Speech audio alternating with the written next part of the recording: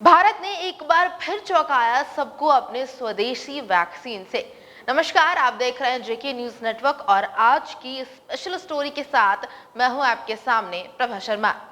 जी हाँ, जैसे कि आप सभी जानते होंगे कि आज की हमारी स्पेशल स्टोरी कोरोना की वैक्सीन पर है। पर यह वैक्सीन स्पेशल है क्योंकि ये है भारत की अपनी स्वदेशी कोवैक्सीन, जिसके थर्ड फेज की एफिकेसी रेट ने दुनिया के सभी देशों को चौंका दिया है। और जैसा कि आप सभी जानते हैं कि कोरोना वायरस की वैक्सीन को लेकर फिलहाल दुनिया भर में बड़ी हलचल चल रही है, क्योंकि आज की डेट में कोरोना वैक्सीन की डिलीवरी किसी भी देश को टाइम पर नहीं मिल पा रही है। हालांकि भारत ने WTO यानी वर्ल्ड ट्रेड ऑर्गेनाइजेशन में ये सुझाव दिया था कि कुछ समय के लिए कोरोना वैक्सीन की IPR यानी कि इंटेलेक्चुअल प्रॉपर्टी राइट्स हटा दी जाए, लेकिन कनाडा, अमेरिका, ब्रिटेन और यूरोपियन यूनियन समेत पश्चिमी देश भारत के विरोध में आ खड़े हुए थे। मगर ये भी सच्चाई है कि चाइना के खिलाफ कोरोना महामारी की लड़ाई को भारत पहले भी लीड कर रहा था, आज भी कर रहा है और आगे भी करेगा।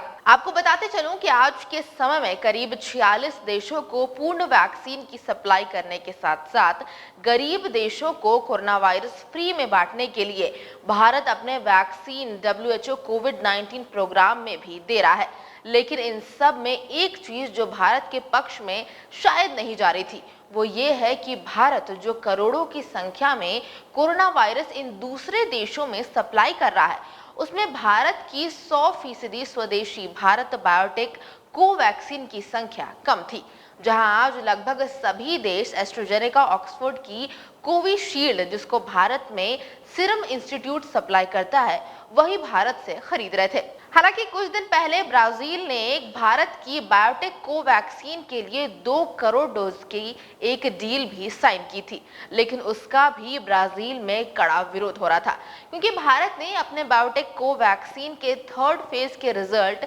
अभी तक अनाउंस नहीं किए थे, जिसके कारण ब्राजील तो छोड़िए, हमारे अपने देश के कई पॉलिटिकल पार्टीज स्वदेशी भारत बायोटेक कोवैक्सीन पर सवाल उठा रहे थे। लेकिन जब भारत ने बायोटेक कोवैक्सीन के अपने थर्ड फेज के रिजल्ट सामने रखे, उसने पूरी दुनिया के देशों को चौंका दिया है और भारत को भी वैक्सीन डिप्लोमेसी में एक अचूक बढ़त दिला दी है, क्योंकि भारत की पूरी तरह स्वदेशी भारत बायोटेक कोवैक्सीन ने एफिकेसी के मामले में एस्ट्राजेनेका ऑक्सफोर्ड की कोविशील्ड को और जॉनसन एंड जॉनसन की वैक्सीन को कई मीलों पीछे छोड़ दिया है। भारत बायोटेक द्वारा रिलीज किए हुए कोवैक्सीन के थर्ड फेज के ट्रायल डेटा के मुताबिक कोवैक्सीन की एफिकेसी 81% है, जबकि एस्ट्राजेनेका ऑक्सफोर्ड कोविशील्ड 62% और जॉनसन एंड जॉनसन कंपनी की वैक्सीन 66% की एफिकेसी से कई ज्यादा है। इसलिए भारत की स्वदेशी बायोटेक कोवैक्सीन से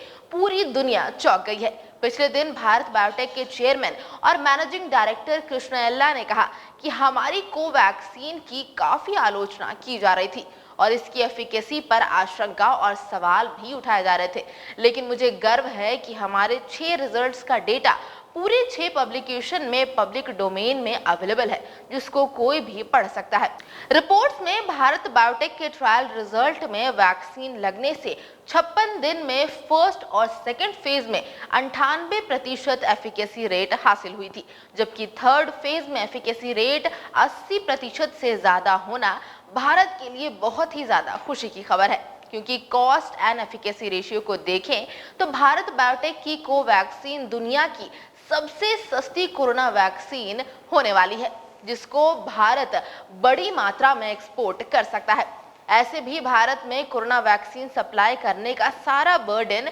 सीरम इंस्टीट्यूट पर है, लेकिन अब पीएम की इसी वैक्सीन को लगवाने के बाद ऐसा माना जा रहा है कि भारत बायोटेक की कोरोना वैक्सीन का डंका पूरी दुनिया में बजेगा, क्योंकि आज की रेट में 80% की एफिकेसी वाली वैक्सीन की रेट 10 से 12 डॉलर्स के बीच में है, जो कि भारतीय करेंसी में 750 से लेकर 1500 रुपए तक है, जबकि भारत बायोटेक कोवैक्सीन का रेट 3 से 4 डॉलर तक होगा, जो कि भारतीय करेंसी में 200 से 300 के बीच में होगी। ऐसे में भारत की स्वदेशी Covaxin Pfizer, Moderna, BioNTech, AstraZeneca, Johnson and Johnson जैसी बड़ी फार्मास्यूटिकल कंपनी आने वाले समय में अपने नाम कर सकती है। और जैसा कि आप सभी जानते हैं कि अब कोरोना वैक्सीन आम जनों तक भी पहुंच चुकी है, तो अब ये आप पर निर्भर करता है कि आप किस वैक्सीन पर अपना ज्यादा विश्वास दिखाते हैं।